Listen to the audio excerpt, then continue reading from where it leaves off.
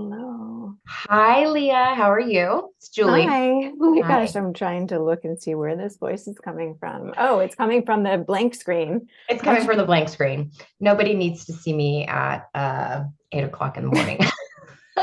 I've um, seen you at 8 o'clock in the morning. yes, that is true. So, Leah, we've got a really great group of parenting press outlets here. We are going to, we've got 30 minutes for this interview, and everyone will get at least one question. I will I will type in the chat who will be on deck next. But first, we are going to begin with Fixel. Excuse me, Bexy, if I'm murdering the last name. And she's with the Week 99er. Hi, Leah. Hi. So the documentary for me, I mean, we all grew up with Judy Blume's books. What I inspired didn't. you? You did or didn't? I did not. Oh, I okay. know. You're like, how the hell did you make this film? Okay, go ahead. No, actually, I find it interesting because, like, for me, there were a lot of the books the documentary covered that I had never heard of. And I think it was because I was raised in a more conservative home with a lot of religious views. What is the importance, do you think, bringing out this documentary now? Like, there's a lot of these issues, obviously, that are still universal. So why now? Well, when we started the film, we could never have predicted the extreme ways that book banning has come just rushing back into public discourse, and how, I mean, we are infuriated with the current state of censorship for children's books. Now, I mean, sorry, let me say, give me 1 second. I just had a little brain moment because we just got off I think what might have been a live radio interview. So give me a second. What's different today about book banning? Well, there are a couple of things. One is that it's politicized and it's legislated. So before, it was small groups of parents challenging books in their communities, at their schools, at their public libraries. So it was before social media, before they could find each other, and these huge, groups of conservative moms were getting together and trying to ban books across the country. But now we also have state legislatures and governors getting involved in trying to tell our kids what they can and cannot read, and pulling books off the shelves. The Don't Say Gay law that has now been clarified in the even worse way in Florida, the Don't Say Period bill that's been proposed in Florida. The need for all kids to see themselves in a story reflected back to them in a book is stronger than ever. And the books that are most often being challenged are books by Black and Brown authors and books by queer and trans authors. And they're being banned in the places where the kids need them most, because they would have no other way of being exposed to, there might not be another trans kid in their classroom. There might not be another person of color in their classroom. And those books would be so helpful to affirm their worldview, and then for other kids to get a window into a perspective they wouldn't have if they didn't get introduced to them through a book.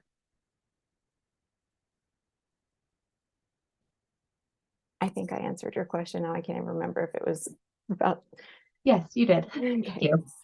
Great, thank you. Next is Ashley Sanders from Ashley and Company. Hi, Leah. It's nice to meet Hey, you. so nice Thank to you. meet you too. Thank you for time for taking. Ugh, I had a brain fart too. Yeah, that's all right. We're all allowed to brain fart all through this. All right. Permission. All right, cool. Thank you for taking time to speak with us today. So I grew up reading Judy Blume. What was it like working with her? Did you learn anything surprising about her or her story along the way that just kind of blew your mind? Yes. A few things actually, but I think one of the most touching parts of Judy's story is the depth of her connection to her readers that you can see through the letters that kids sent to her and the letters that she sent back. I mean, all authors who write for kids get fan mail from kids. What's different is that the letters that Judy received were kids pouring their hearts out to her about everything. They felt like she was the only adult that could understand them. No one else in their life could they talk about these really private things with, but Judy Blume would somehow understand. So kids reached out to her about everything from, problems with their friends or their family or their teachers to really serious issues they were having at home, eating disorders, depression, suicidal thoughts, sexual abuse, incest. And Judy wrote back when she received a letter from a child who was really in pain and who really needed support. She wrote back, and some of them she corresponded with for decades. So getting to know two of the women that wrote to Judy from the time they were young girls through today, that was one of the most unexpected and extraordinary parts of making this film. It was very touching. Thank you. Mm-hmm. Great. Jana Seitzer from Whiskey and Sunshine. Good morning, Leah. Thank you so much for taking time to chat with us. So you touched a bit on the book banning stuff, which obviously is highly relevant and important. But as a fan of Judy Blume and having grown up with books like Margaret and Forever, the inclusion of the material and the stories from those books feels highly relevant still in 2023. But why did you think it was important to include those two books in particular? I'm really sorry, but can you tell me which two books that you just referenced again? So Dear God, It's Me, Margaret, and then Forever. Okay, thank you. Well, we always wanted the film to be a coming of age story of Judy as a writer, but also of the characters within Judy's books and of her readers. So we wanted to choose books that reflected different parts of a human life. So we wanted a book that would, represent childhood, a book that would represent that time of being on the cusp of adolescence. That's Are You There, God? It's Me, Margaret, which is Judy's sweet spot, the cusp. A book about adolescence. Deanie and Forever are both sort of in that category. And then books that had robust adult characters that Judy wrote when she was more developed as a writer and sort of delved into the more adult experience. Excuse me. But so it's crazy that in Florida that there's a bill before the state legislature that kids in elementary school cannot learn about their bodies, cannot talk about their bodies, cannot learn about health education, sex education. Is outrageous to think that Judy wrote Are You There, God? It's Me, Margaret in 1970, more than 50 years ago, when it was seen as controversial. Okay, you can sort of accept that was controversial 50 years ago, but to think that kids are not going to be able to talk about their own bodies, something that's very natural and normal and happens to 50% of the population, having your period, it is outrageous. And I think Are You There, God? It's Me, Margaret changed her life forever, because that was the book that brought her first readers, her first letters. And I think she really accessed her truest self and found her voice through that book. Forever, in Forever, the main character, Catherine, goes to Planned Parenthood. That was groundbreaking in 1975 when the book came out. I mean, Roe was 1973, right? So it was just 2 years after the Supreme Court validated Roe v. Wade, validated the right to an abortion. And here we are, supposed to be celebrating the 50th anniversary of Roe v. Wade, and instead we are all devastated that women's bodily autonomy is being challenged in such a dramatic and I keep using the word outrageous because I am so outraged we are all on the filmmaking team so outraged. So to think that a book about two teenagers who decide to have safe, loving sex, they're 18 years old, and they are having a safe, loving relationship, exploring their bodies in that way, is controversial again. I mean, I grew up in Jacksonville, Florida, in Duval County, and the county right next to mine, St. Johns County, which is where Ron DeSantis is from. Forever was just banned again. So it was really important for us to include those books, not only as part of Judy's progression as a writer and as, this coming of age story of her characters, but also because those two books representing like a girl going through puberty and teenagers having responsible sex were really important to us. Thank you, Leah. Next, we've got Victor Aragon from Fandance. Hi, Leah. Thank you very much for your Hi. time today. I, Thank like you, you. I didn't really grow up with Judy Blume. I read some of her books, but not all of them. So watching this was amazing for me, learning a lot. You kind of touched on this a little earlier, but in the documentary that you do talk to two fans that wrote letters to her, and then she wrote back. What was the process on, finding, I guess the fans that wrote letters to her, and then finding them again, like, picking out, I guess, which ones to highlight, and then actually finding them in real life to be part of this documentary? So there are thousands of letters at the archives. Judy's archives are housed at the Beinecke Rare Book Library at Yale, and there are hundreds of boxes of letters. They're organized by theme, but some of them are organized actually by letter writer. We were, because of COVID, we weren't able to actually get into the library once we started production in earnest, but we were able to get the letters in different ways from working with the archivist at the library and with a Yale student who was there. But those letters are under very strict protections. You cannot reach out to any of the kids who wrote Judy. Judy and George, her husband, have made sure that no researcher who goes into the Yale Library can reach out to any of those kids. So from the beginning, Davina and I'm so sorry Davina can't be here.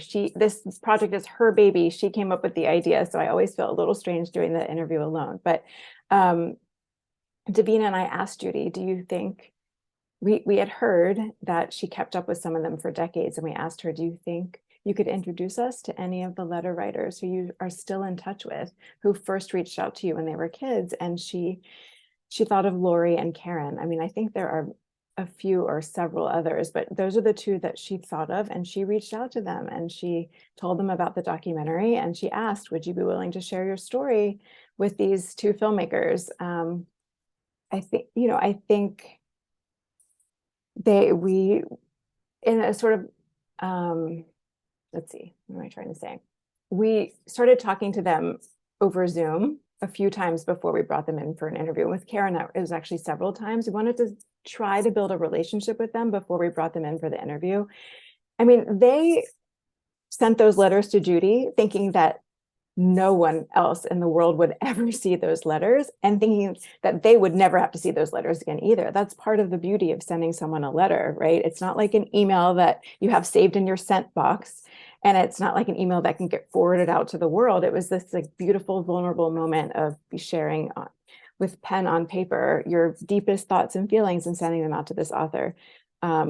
So they were seeing their letters again for the first time in almost 50 years, 40 years, 30 years. That's kind of a crazy thing, to be transported back to that kid that you were who reached out to Judy, and especially, for Karen, who had been through something so traumatic. So we spent a lot of time with her before and after the interview to make sure that she was well supported and going through this process of sort of uncovering the trauma that she had been through, and then sharing her story publicly for the first time. Thanks, Leah. Thank you. Then, excuse me, next up is Kathy Copcutt from Bel Air Mommy. Good morning. Thank you so much for being here. So it was never just about the book, and it's also about the people who experience them and how they experience them and their own coming of age. Judy's books are extremely relatable. So I wanted to, especially to a lot of different people, what have you learned about the people, and as well as what Judy meant to them? I know. Judy, I think Judy Blume represents everyone's childhood. She says that when fans come into the store, women who read her as young girls or adolescent girls come into the store, they immediately start to weep. And she has a box of tissues by the checkout, because she knows that the tears are just going to start flowing when they meet her. I think she felt, to so many young readers, like she understood exactly what they were thinking. It's like Lori Kim says in her letter, how do you know all our little secrets? That was in that very first letter that Lori wrote to Judy when she was 9, by the way. She was so precocious that she was a brilliant writer even as a 9-year-old. But it was that feeling of, here is an adult who knows exactly what I'm thinking and feeling, and here are characters going through exactly what I've gone through, and they're not afraid to express it. I think that was so validating for so many kids who felt like no other adult was listening to them or understanding what they were going through.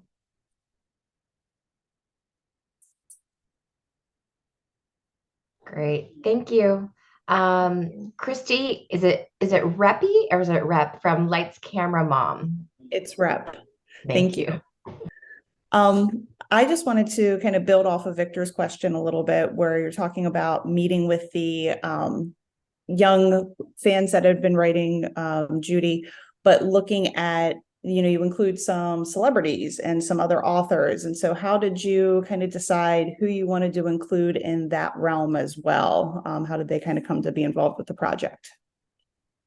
From the beginning, we knew we always knew we wanted to talk to authors who were writing for young people today, whose books were being challenged. So even though, when we started the project in 2020, book banning hadn't reached the frenzy that it's at now, we had still been tracking the American Library Association's banned books list. And we knew that at the top of the list were books, about gender, sexuality, books by queer and trans authors, and books by brown and Black authors. So we always wanted to talk to Jason Reynolds and Alex Gino and Jacqueline Woodson, and we were so honored that they were willing to share their perspectives in the film.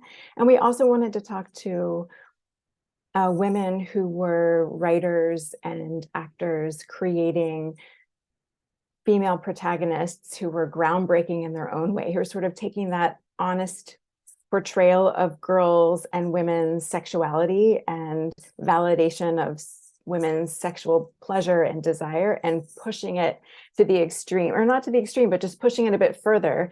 So, Lena Dunham, who created such imperfect characters in Girls, feels like she was totally inspired by the imperfect characters in Judy Blume's novels. And Anna Konkle, who wrote and starred in Pen 15, which, takes you back to the most awkward experiences of 7th grade. She says she was inspired by Judy Blume's writing. And then finally, we really wanted to make sure we included the voices of contemporary middle schoolers, because Davina and I are both parents, and we had kids who we were introducing Judy's books to, and we were seeing how well they were responding to these characters that were written 50, 40 years ago. We knew we had to include their perspectives in the film. So we found a 6th grade English teacher who started a Judy Blume curriculum at her public middle school in Long Island. She happens to be the mother of our co-producer, Emily Schumann. And through this teacher, we were able to meet some of those 6th graders who you meet at the end of the film, who are reading her books for class and responding so well, and also joking about how, what is that phone that they use? I don't understand that phone that you have to use your finger to dial. They were sort of reminding us that not everything in the books hold up, but the feelings hold up. Thanks, Leah. Thank you. Next, we have Nicole Mucci. Again, I apologize if I'm mispronouncing your last name. She's from the Multicultural Maven. And then our last question after Nicole will be Robin Davis from Mom the Magnificent. Hi, Leah. Hi. Thanks for being here. I was just curious about how long you and Davina spent on this project. Kind of, Judy's been around for a while now, and what came up with the idea of you guys doing the documentary on her, and then also how did you get her on board to, want to do this with you guys? I wish Davina were here to answer this question, because, like I said, this is her baby. She first came up with the idea in 2017 when she was on a long road trip and put the audiobook of Tales of a 4th Grade Nothing on to sort of entertain her kids, who were maybe 5 and 8 at the time. And it was the first time Davina had thought about Judy Blume as a person, and not just thought about the characters and how much she related to them. And I think she just started Googling her, like, whatever happened to Judy Blume? Who is she now? And realized there's never been a documentary made about this woman. How is that possible? She was such an important part of Davina's childhood. And she reached out to her maybe about a year and a half later. She crafted a beautiful Dear Judy letter. I think she sent it over email, but I mean, still, Davina and I, when we send Judy emails, we're like checking them back and forth. We're sending them back and forth to each other to make sure they're perfectly crafted. They're not ever perfectly crafted, but it's a scary thing to reach out to Judy Blume in writing. You know, how do you write a writer? But she started this correspondence with Judy. I think it took about a year and a half before Judy said yes to her. And a big part of that was Davina realizing, as an independent filmmaker, because we were used to working as independent filmmakers, she wasn't going to be able to get Judy to say yes. She needed to do this in a bigger way. And so she brought in Imagine Entertainment, Sarah Bernstein, who is the president of Imagine Documentaries, we had worked with before at HBO. And once Imagine, that was started by Ron Howard and Brian Grazer, got involved, I think Judy Blume realized, okay, this is going to get made, and it's going to happen. It's not going to take 11 years for these, independent filmmaker to make this. And once, it wasn't until after Judy said yes and after Imagine said yes that Davina came to me and asked me if I wanted to direct the film with her. So I was hesitant at first because I was a little embarrassed that I wasn't a Judy Blume fan. Like, I live in New Jersey now, where everyone, because Judy Blume is the it girl from New Jersey, everyone read Judy Blume as a kid, but I grew up in the South and her books were seen as taboo and they were banned. And I was this good girl who didn't want to do the wrong thing. And I was really ashamed of my body and afraid of growing up and did not read Judy Blume books. I wish I had. So I was hesitant and said to Davina, like, I don't think I'm the right person to direct this with you, because there are thousands of fangirls out there who would be dying to make this film about their hero. But I think in the end, it was actually good to have a slightly more balanced perspective. I mean, I, of course, fell in love with Judy immediately, but I think it helped that he didn't have this like childhood attachment, this nostalgic attachment to her work. Thank you. Thank you. Great. And then, excuse me, Robin, you will be our last question for the day. Hi, Leah. So there's so much advice and encouragement that people get from Judy's books. I'd love to know, what's one piece of advice you wish you could give to your younger self? Well, I wish I could tell my 11-year-old flat-chested, very shy, insecure self not to listen to all those people who were telling you Judy's books were naughty and inappropriate. And I wish I could hand her Are You There, God? It's Me, Margaret, and tell her, just read the first page. Don't be afraid that it's a book of, about a girl who wants to get her period, because it's about so much more than that. But that was what I was told. It's about a book. It's about a girl who wants to get her period. And from the very first page, it is hilarious. It goes, the first Are You There, God? It's Me, Margaret, is, I'm so scared. We're moving today. I'm so scared. Please don't let New Jersey be too horrible. It's that feeling of like, oh my God, I don't know what it's about to happen. This is completely out of my control because my parents are moving me. And then the next line is like, I caught my mom sniffing under her arms because she wanted to see how much she smelled because it was hot out. I'm like, oh, I could have related to, that humor. I could have related to that insecurity and that fear of what is change going to be like. But I didn't read it. So I wish I could hand that book to my 11-year-old self. I think it really would have changed. I would have grown up a lot, in a good way, a lot sooner. I would have felt a lot more comfortable about who I am and what my relationship was like a lot sooner. Perfect. Thank you so much for your time, both Leah and all of you that joined us early this morning. We have recorded this roundtable, and Gabby from CT & Co will be able to send you the recording so you guys can all write your pieces. And if you've got any other questions or need any additional assets, again, just let Gabby know and we'll get them to you.